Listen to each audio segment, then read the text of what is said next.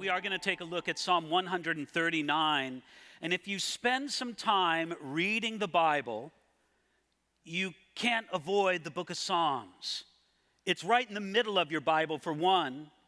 And secondly, in a book filled with remarkable things, and I'm talking about the Bible, the book of Psalms is remarkable in its own special way.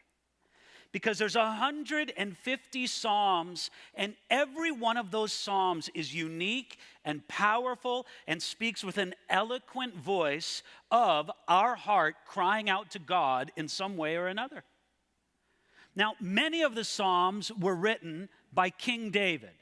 Some, I'm sure, before he became king, some during his reign, but collectively, and tonight the psalm we're going to take a look at was written by King David.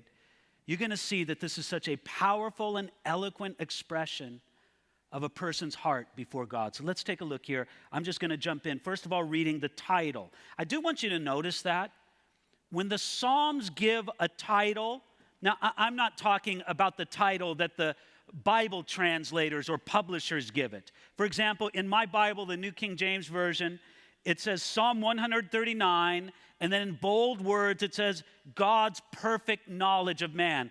That's something that the publishers just put in there to give sort of a title to the psalm and a summation, which is fine. There's no problem with that. We just recognize that's not part of the text. But when it says below that, for the chief musician, a psalm of David, those words are from the original Hebrew text. It's part of the psalm. And so from this, we recognize that this psalm was, first of all, written to a particular person for the chief musician. Now, some people wonder who the chief musician was.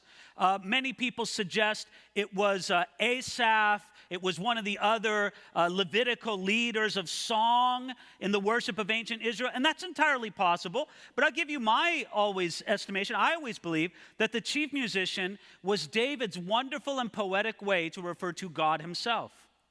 God being the chief musician, the one who created music. In any regard, it's for the chief musician, and then it says a psalm of David, telling us that this psalm was authored by David, the son of Jesse, the king of Israel, the one that the book of 2 Samuel calls, and I love this title for David, the sweet psalmist of Israel. And I tell you, this psalm is sweet. Verse 1. O Lord, you have searched me and known me. You know my sitting down and my rising up. You understand my thought afar off. You comprehend my path and my lying down, and are acquainted with all my ways. For there is not a word on my tongue, but behold, O Lord, you know it altogether. You've hedged me behind and before, and laid your hand upon me. Such knowledge is too wonderful for me. It is high. I cannot attain it. David prayed with great passion of heart, directing his prayer to Yahweh. Do you see that in the first few words?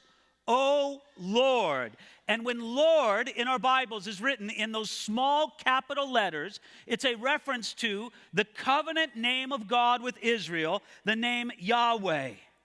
And David prayed to Yahweh, understanding that Yahweh has personal knowledge of David and his life. You see, the pagans often thought that the gods were hostile to humanity or indifferent to humanity. I mean, after all, if you think about it, you think about the Greek and the Roman gods. What interest did they have in mankind? The occasional passing interest, but for the most part, they didn't care a thing about humanity. But not so with Yahweh. David understood that Yahweh was a God who cared about his people. Look at it there. You have searched me and known me. David knew that God cared about him so much that he searched him and he knows each man and woman. Now notice this. It's not enough to say that God knows everything. He knows you. It's not enough to say that God is everywhere. He's everywhere with you. It's not enough to know that God created everything. He created you. It's not enough to know that God so loved the world, he loves you. And David understood that. You've searched me and known me. I like the words of that great Puritan commentator, John Trapp, that I like to quote from time to time. He said this: all my postures, gestures, practices, whether I sit, stand, walk, lie, you search and knowest all. Some search, but know not, you do both. So to illustrate this, look at verse 2. He says, you know my sitting down and my rising up. That's sort of a proverbial phrase in the ancient Hebrew language, just to denote you know everything about me. You know the most everyday things about me. As Jesus would later say, and I think it's in Matthew chapter 10, Jesus would later say that God knows the numbers of hair upon your head. He knows you. He knows you deeply. By the way, a commentator, his name is Van Gemeren, he points out that the Hebrew grammar here in this phrase in verse 2, you know, the emphasis is on you. In other words, you know. It's even you. God himself has this great knowledge of me. Verse 2, you understand my thought afar off. You see, God not only knows the smallest aspects of David's individual and everyday life, as he does with us as well, he also knows our thoughts. Doesn't that blow your mind?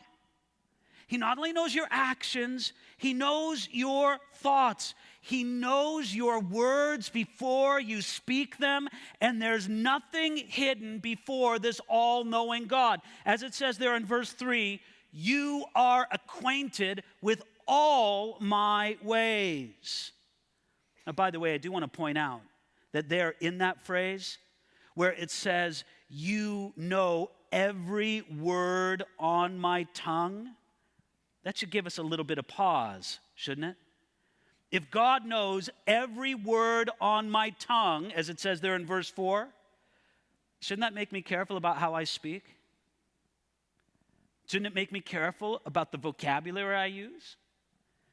If you would speak a particular way in the presence of God, you are in his presence. He knows every word on your tongue. And then it says in verse 5, you've hedged me before and behind. Now, when the Bible uses that idea of a hedge, it normally has the sense of a protective barrier. In ancient Israel, they would grow thick, thorny hedges and surround vineyards or orchards with these thick, thorny hedges, and it was meant to keep out predators and pests and things like that. The idea is that God hedged David in on every side, not to trap him, but to protect him, so that nothing could get to David unless it had gone through God first. Think about that. God himself was the hedge. Now, we need to think about this for a moment. When David presents God looking upon us, knowing us, examining us this carefully, this closely, for some of us, that disturbs us.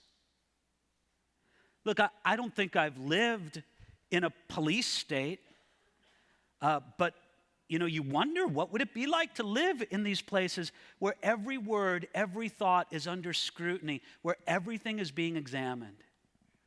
We get this technology that we bring into our homes, something like the Amazon Echo. And you realize it's listening all the time. And supposedly it's only activated when you say a certain word, but it's listening to you all the time just for that word. And we can get this strange idea that God has us under hostile surveillance. You see, folks, it can be very uncomfortable to know that we are watched at our every move. We can get nervous if we see that video camera or know that the microphone is on us. Yet our unease is based in we doubt the good intentions of those who are watching us. In other words, you see the person who on the work site has the camera on them and they're at the cash register. And what does that camera say? You better not steal. We got our eye on you. You take one thing out wrong and man, our eye, it's a little bit uncomfortable, isn't it? But then what do we think of the video monitor that's in the baby's room where the mother is in the next room? Well, that's the camera of love.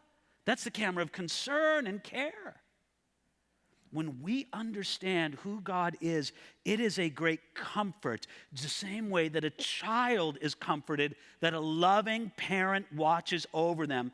We are confident in the care and love of our God and Father.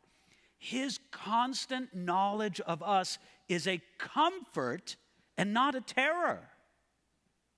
That's why it says, verse 5, you laid your hand upon me. This is not the hand of oppression.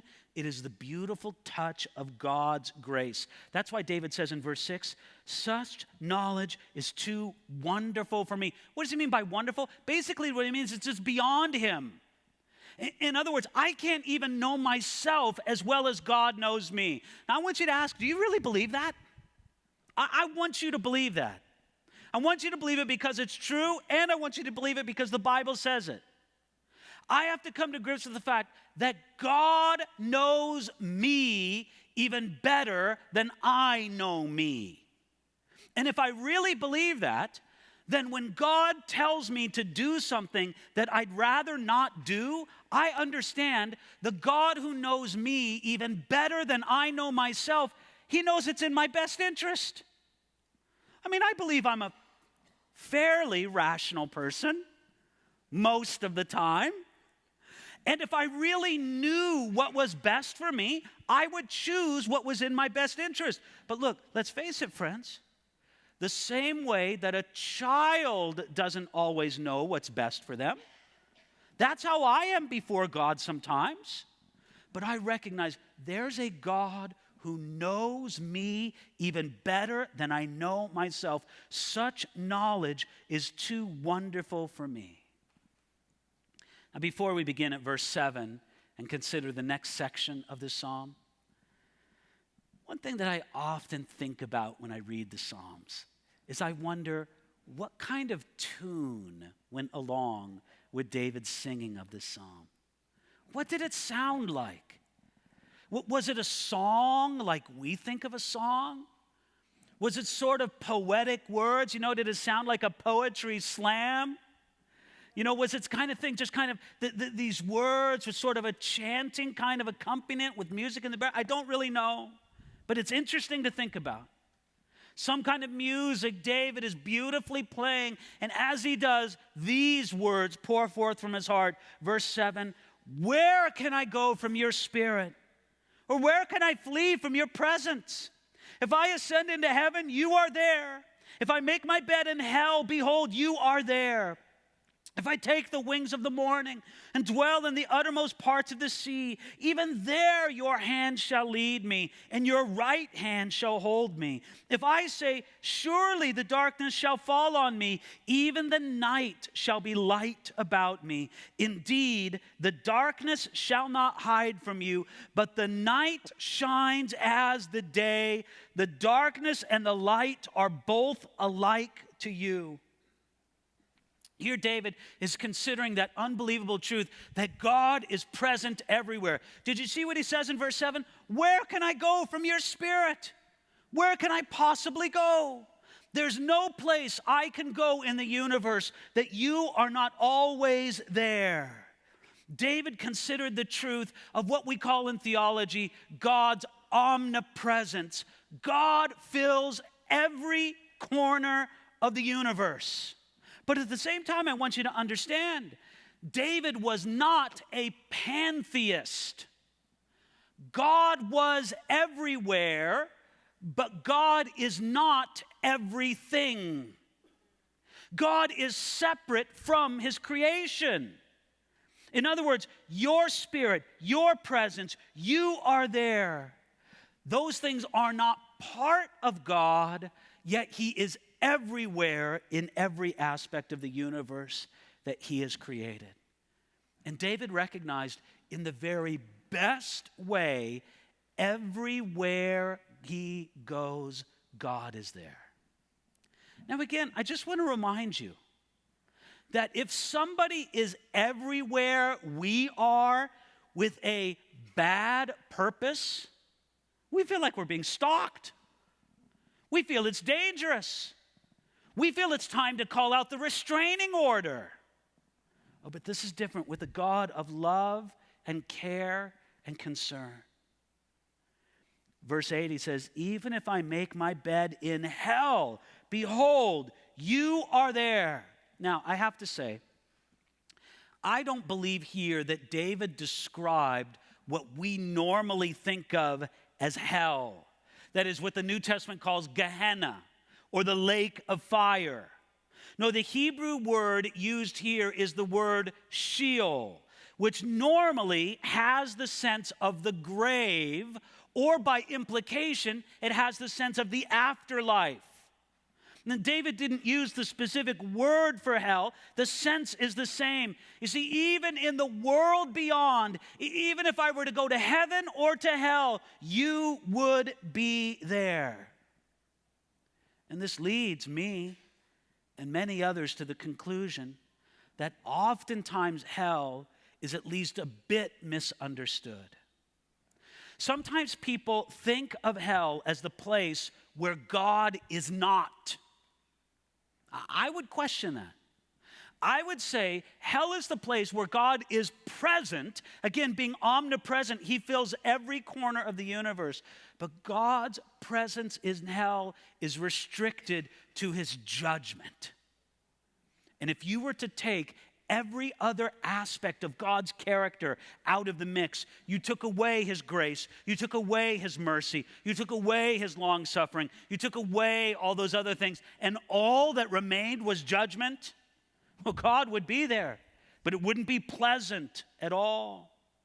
So if I go to heaven, you're there. If I were to go to hell, you'd be there. Verse 9, you take the wings of the morning. You know, David's probably considering how quickly light travels across the universe. And even light itself can't outrun God's presence and knowledge. Because verse 10, even there your hand shall lead me.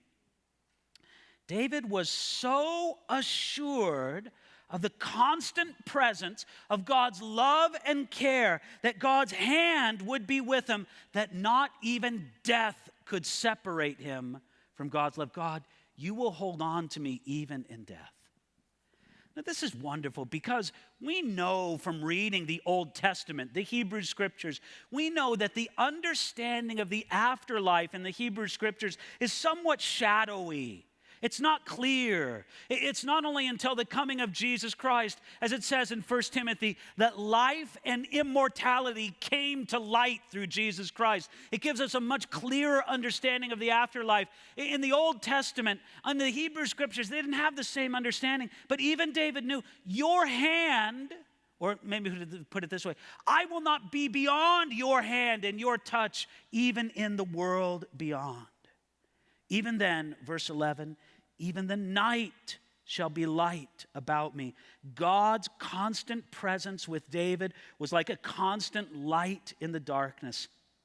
Think about that. As the pillar of cloud illuminated Israel in the wilderness, so it was with God's presence.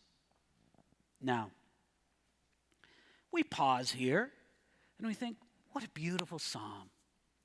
God knows everything about me. God is everywhere. God is close to me. And then we think for a moment, why this song? Brothers and sisters, this psalm might have come out of a beautiful, sweet season in David's life. Oh Lord, I feel so close to you. I feel you're right close to me. I feel your presence. I feel your love. I feel your care for me. It's like filling the whole universe. It could have come out of that, could it not? But isn't it equally, or perhaps just in a slight way, even more likely that this psalm came out of a season of challenge. If David was anything like me, well, look, I'm not going to take the rap for this at all alone. If he was anything like us, let me say, don't you think it's possible that David sang this song to teach himself, to preach to himself? That this was a song that David sang to himself when he felt that God was far away? God, I feel like you're distant, but I'm going to choose to believe the truth about you, that you're near. I feel, Lord, that there's something blank, there's something empty. I don't know if you're there and you care, but yet I know by the truth of your word you are. So I'm going to sing that you are. Listen, don't think that these beautiful, soaring psalms come only from somebody just walking in the high atmosphere of love and grace. Listen, sometimes these songs are sung from the pit. Sometimes they're sung from the heart of a person who so desperately needs to know something of God's presence and says, no, I'm going to ignore the feeling I have that God is distant from me, and instead I'm going to sing of his nearness to me. Now, I can't tell you for sure because we're not given a specific context of why and when David wrote this psalm, but you and I know that such songs can come from the pit as well as from the heavens. Yet David found great comfort in this. Look at this at verse 13. For you formed my inward parts. You covered me in my mother's womb. I will praise you, for I am fearfully and wonderfully made. Marvelous are your works, and that my soul knows very well. My frame was not hidden from you when I was made in secret and skillfully wrought in the lowest parts of the earth. Your eyes saw my substance being yet unformed, and in your book they were all written, the days fashioned for me, when as yet there were none of them. Notice this. God knew David. He's come back to that theme. God knows all about me. God is everywhere. Now he's back to the theme of God knowing all about me. Lord, you knew all about me before I ever emerged into the world. When I was still in my mother's womb, you knew all about me. It was speaking of the fact that David understood God knew him from before his birth, and God was there over his conception and development in the womb. Now, let me make a very obvious point here. The fact that God knows and cares for children in the womb. Isn't this what this says? That God knows and cares for children in the womb. It means that God's concern for life begins when the child is in the womb. And if there's a place to date that other than conception, I know nothing of that. It means that God's people also have a responsibility to know and to care for children in the womb and to do whatever we can to preserve life in this world, to preserve that innocent life in the womb. Now, I know that in our modern age, it is very common to argue for the right for abortion because the mother has the right to do with her own body as she pleases. I understand that. That's the predominant argument made in favor. It's my body, the woman would say. I have the right to do with my body as I please. They might even say I have a God-given right to do with my body as I please. And in the most part, we would say, well, yes, we do have the right to do with our body as I please. I would just recognize this from Psalm 139. This demonstrates that God sees another person in the woman's body. Isn't that clear? When David says, I'll read it again, verse 13, you formed my inward parts, you covered me in my mother's womb. David understood that he was distinct from his mother from the womb. And so without any desire to legislate what a woman would do with her body, we would recognize the presence of another person who must be cared for and protected. And so David continues in verse 14, I will praise you, for I am fearfully and wonderfully made. You see, David, the son of Jesse, what a remarkable man he was. Think about this man. You know, he was a shepherd, was he not? He was a hero, the slayer of Goliath. He was a special forces commando as a soldier for Israel. He was a poet. He was a king. And if you want to add one more thing to David's resume, add scientist to it. Because doesn't he give a pretty good understanding here? I am fearfully and wonderfully made. With the mind of a trained biologist, David declares with poetic skill, Lord, you knew exactly what you were doing when you designed me, when you made me. Now, I am not a scientist. I don't want to be a preacher who pretends that he is. But let me just tell you this. From what I read, from what I know, the human body is amazing. God has designed a brilliance in the design and workings of the human body that is staggering to behold. And David understood that. I'm fearfully and wonderfully made. Just like David, this should make us more full of awe and praise, because don't we know a lot more about the glory of the human body than David ever did? What would David do if he knew about ultrasounds? If he knew about DNA? If he knew about genetic studies? If he knew about this? If he knew about that? We know so much more about the human body. We should be praising God even more than David did. Because when David said, again with poetic skill, I'm fearfully and wonderfully made, we find out he was understating the case. And then in verse 15, and skillfully wrought in the lowest parts of the earth. I think he's just using the poetic phrase there. I don't think, he's trying to make some reference to the abyss or Hades or anything like that. I just think he's making a poetic reference to a mysterious, unseen place, which in this case was his mother's womb. There's something being formed in the mother's womb that we don't see, that we don't understand, but it's being skillfully wrought. Now, I need to say a word here. And I'm saying it just because I think it's an appropriate place to make a statement like this. When we see David speak of somebody who's skillfully wrought in their mother's womb, it makes us think about the phenomenon of birth defects. What if it seems like people are not as skillfully wrought, but they're born with some kind of difficulty from the womb? Well, what does that mean regarding God's work?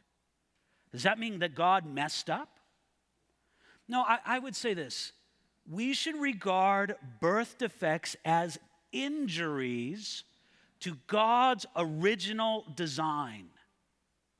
And just as much as a person out of the womb can be injured in some way, so there can be some injury, and I know it's not a perfect analogy, but just go with it for a moment. A person can be injured in the process of formation while still in the womb. Now, just like all such injuries in the womb or out of the womb, they're a result of the fact that we live in a fallen world and the corruption that was introduced in the world through mankind's original rebellion. But listen, even as a person who is injured outside of the womb, we would say, you still have a place in God's plan. God has not abandoned you. God has a way that he can work something good and glorious even in the life that you have with your injury. We take the same idea with someone who was injured, so to speak, in the womb, in the process of formation. We say that it doesn't diminish the fact that you are a precious one made in God's image, and God will want to work in and through your life just as he would through any of his creation. Now, He says, your eyes, verse 16, saw my substance. And then verse 16, in your book, they were all written, the days fashioned for me. God's perfect knowledge extends to the past, is true in the present, but was even for the future of David and his life. Now verse 17. How precious also are your thoughts to me, O God. How great is the sum of them. If I should count them, they'd be more in number than the sand. When I am awake, I'm still with you. Considering how God cared for David and filled David's life, it made him respond to God with adoration, with amazement. It's precious that God would think even once about us. It's amazing that God would think about us all the time or to such a degree. Again, he's not alarmed that God knows all about him. It gives him comfort to know that. Or, to paraphrase a modern preacher and writer, Tim Keller, it's no good to be known and not loved. It's no good to be loved and not known. More than any other person in the universe, God knows us and he loves us. That's the glory of it all. That's the preciousness of his thoughts towards us. And the number of them, look at there in verse 18. If I should count them, they would be more number than the sand. Again, you want to know how much God thinks about you? Go out to the beach and look at the sand there. That's the analogy David wants to make. And it's not that you should go out and count every grain of sand and think each one represents God's thought. You should just say, it's a lot. It's more than you can number. That's how much God thinks about us. I remember reading Charles Spurgeon on this point. He relayed a funny story. Or let me just read it to you. He says, you know that people are very proud if a king has merely looked at them. I've heard of such a man who used to boast all his life that King George IV once spoke to him. And what did he say to him? He said, get out of the road. But it was a king who said it. So the man felt greatly gratified thereby. But you and I, beloved, can rejoice that God, before whom kings are as grasshoppers, actually thinks of us and thinks of us often. Isn't that a beautiful, beautiful thought? So David understood day or night God was with him. Look at there in verse 18. When I am awake, I'm still with you. Now, verse 19 is an interesting shifting of gears. I mean, so far hasn't it been beautiful and poetic? God, you know all about me. God, you've made me wonderfully. God, you fill the universe. And then I don't know if David changed up the music there in verse 19, but look at what he says starting there. Oh, that you would slay the wicked, O God. Depart from me, therefore, you bloodthirsty men. For they speak against you wickedly. Your enemies take your name in vain. Do I not hate them, O Lord, who hate you? And do I not loathe those who rise up against you? I hate them with perfect hatred. I count them my enemies. Now, I'm not going to say that verses 19 through 22 are the most important verses of the psalm. I don't particularly believe that. But I believe that they are important in this psalm. And let me give you two reasons why I think they're important. First of all, you understand what's being said here, right? David almost cries out with all of his strength, "Oh Lord, slay the wicked." He instantly shifts from this spirit of wonder and adoration to now active prayer against the wicked and against bloodthirsty men. And again, it's not so much that David was concerned for his honor. Why did he do it? Look at verse 20. For they speak against you wickedly. David's adoration of God filled him with a zeal for God's honor. And then he says very boldly in verse 21, do I not hate them, O Lord, who hate you? David was undeniably on God's side. And he wanted to be on God's side, and therefore he allowed himself to hate those who hated God. David even boasted that he hates them with a perfect hatred. Now, I'm not saying that we should imitate David exactly in this. I think we do have a proper understanding of what Jesus commanded us in the Sermon on the Mount, that we should never return evil done to us with evil to another person. We should never return hatred done for us with hatred towards another person. Jesus told us to love our enemies and to not hate them. That's an aspect where we would not want to imitate David in this. But there is an aspect in which we should want to imitate David. And it's simply this. We should want to imitate David in the fact that to love God is to hate evil. Now, let me tell you why I think that this section of the psalm is important. First of all, it guards us from the misconception that many people have, and I don't know any better terminology for it, but what we just might call the hippie Jesus. Come on, you know the hippie Jesus, don't you? You know, Jesus walking through the flowers with a daisy in his hair. And he's just loved everything. And listen, we do not deny that the Son of God was full of love. Absolutely he was. But it wasn't this passive, bow down before evil, accommodate wickedness, weak love.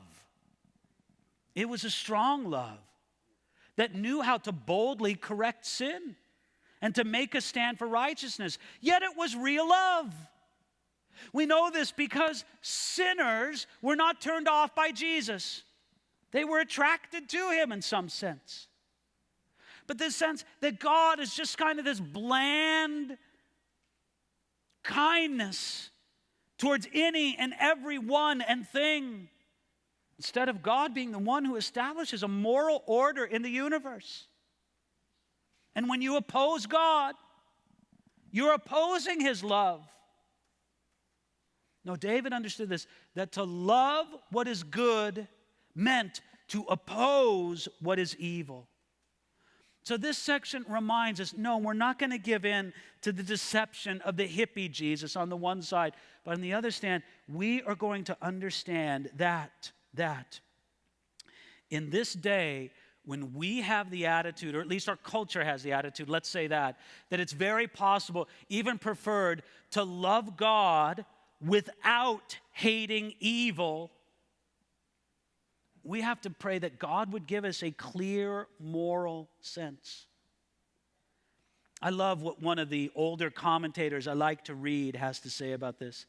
His name was George Horne, and he said this, and listen carefully to this quote. We are neither to hate the men on account of the vices that they practice. Okay, pause right there. Do you know people who practice certain vices? We're not to hate them because of those vices. But then he says, nor to love the vices for the sake of the men who practice them. This is our call. We are to, and I know it's a bit of a cliche, but sometimes cliches are helpful. We are to love the sinner and to hate the sin. Now, I know sometimes we think that's impossible. How can I love the sinner and hate the sin? Well, I'll tell you, it's not as hard as you think. You want to know how I know? Because you and I, we do it all the time towards ourselves. I mean, we love ourselves, but don't you sometimes hate the sin within you? I do that pretty good with myself. I love my sin. Excuse me, sometimes I do that too. Let me put it this way. I heard somebody express it very well. I hate that I love my sin. But I hate my sin, but I still love myself. We do it with ourselves all the time. And so there really is that dichotomy that can be made where we hate the sin and we love the sinner. Now, when we come to verse 23, we're in the last two verses of the psalm. And what a way for the psalm to continue, or to conclude, I should say. You see, think about the flow of the psalm from the beginning. God, you know all about me. God, you fill the universe. God, you knit me from my mother's womb. God, I'm distressed at the evil in this world. God, would you do something about the evil? I want to stand with you against the evil. And in verses 19 through 22 left you thinking that David is some kind of self-righteous, oh, I'm so holy, and those sinners get away from me. If you think that's David's attitude, you don't understand David. Let him set us all straight with verses 23 and 24. Ready? Search me, O God, and know my heart. Try me and know my anxieties, and see if there is any wicked way in me, and lead me in the way everlasting. Listen, if I was going to teach a class on theology, who is God? What are the attributes of God? I might run right to Psalm 139. Who is God? God is all-knowing. He's omniscient. He knows everything about us. That's in Psalm 139, isn't it? God is all-present. He's omnipresent. God fills every corner of the universe. That's in Psalm 139, isn't it? Oh, there's great theology in Psalm 139. And as someone who likes theology, I'm attracted to that. But you know one of the great things about the Word of God? It will not let us be with the mere theological or theoretical. David takes that understanding of theology and he says, now I want to apply it to real discipleship in my life. God, you know everything. God, you fill every place. God, you love good and you hate evil. Then it's as if David rips open his heart bare before God and he says, search me, O God, and know my heart. Try me and know my thoughts. God, I need you to put the eye of your examination upon me. David knew that even he could not understand his own heart at its depths. So he says, God, I want you to know it. One man quoted by Charles Spurgeon said this: I call upon you to be cautious in using this prayer. It is easy to mock God by asking him to search you while you have made little effort to search yourselves, and perhaps still less to act upon the result of the scrutiny. In other words, isn't it mocking God if I say, search me, O God, and know my heart, when I've made no effort to look at my own life? And it's an even greater mockery to say, search me, O God, and know my heart, when I have no intention whatsoever on acting upon what God may show me. But when we come ready to look at our life, ready to do what God would lead us to do, then what a beautifully God-honoring prayer this is. Matter of fact, sometimes I think I can know of no more God-honoring prayer than this. This is very much akin to the prayer of the publican that Jesus said in the Gospels, where the man just beat his breast and he said, God, be merciful to me, a sinner. Lord, I know this is who I am before you. So search me, O God, and know my heart. Try me and know my thoughts. See if there be any wicked way in me. Lord, I want you to show me any unknown or unperceived sin. And I'll humbly come before you and ask that you search me. If you pray this prayer sincerely, that's a dangerous prayer, don't you think? But it's a worthy prayer. It's the prayer of a true disciple. Then finally, and this is a majestic end to a majestic psalm. You see this in verse 24? Lead me in the way everlasting. Lord, I believe that as I trust in you, the God who knows everything about me and still cares about me, the God who fills every corner of the universe, the God who loves good and hates evil, the God that I have laid my heart bare before, I pray that this God would lead me in the way everlasting, that you would lead me home to heaven. What a beautiful, beautiful, wonderful psalm this is. The way of holiness recommended to us in this psalm. This is the way everlasting.